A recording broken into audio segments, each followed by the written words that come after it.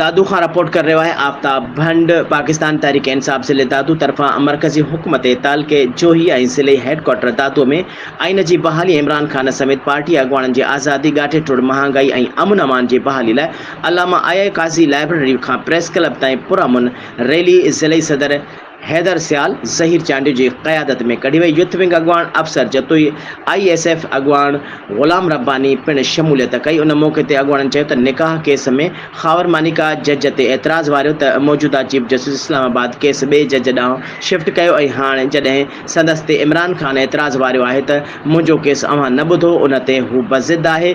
Case ॿुधण लाइ पाकिस्तान में ॿिटे मयार खे ख़त्म कयो वञे। पार्टी अगुवाणनि समेत सोशल मीडिया के कारकुननि खे भी गिरफ़्तार करे ख़ौफ़ वारो माहौल पैदा कयो पियो वञे। पाकिस्तान के वज़ीर आज़म के पुट समेत कई खानदाननि जो IPs के कैपेसिटी जी मद में खज़ाने में पीउ जो माल समझी लुटियो पियो वञे। अमन अमान की सूरत हाल ते ॻणती पिण कई वञे थी ऐं छाकाणि त असां जूं रैलियूं निकिरण वक़्तु पंजाब में कलम 144 लागू कयो वञे थो, जॾहिं त मुहर्रम हराम में मज़हबी जमातुनि जे धरननि में प्रोटोकॉल ॾेई करे उन्हनि जा मुतालबा पिण मञिया विया। उन मौके ते ताल के सदर काशिफ बबर, राजा सलीम, ज़ुल्फ़िकार बबर, शफ़क़त गोपांग, जाफ़र बबर, सिटी अगवान कंधर गोपांग, नसरुल्लाह बबर, हिम्मत गोपांग, कासिम गोपांग, इमरान मल्ला, अरसलान बबर ऐं ॿिया गॾु हुआ जिन इमरान खान के हक़ में नारेबाज़ी कंदा रहिया।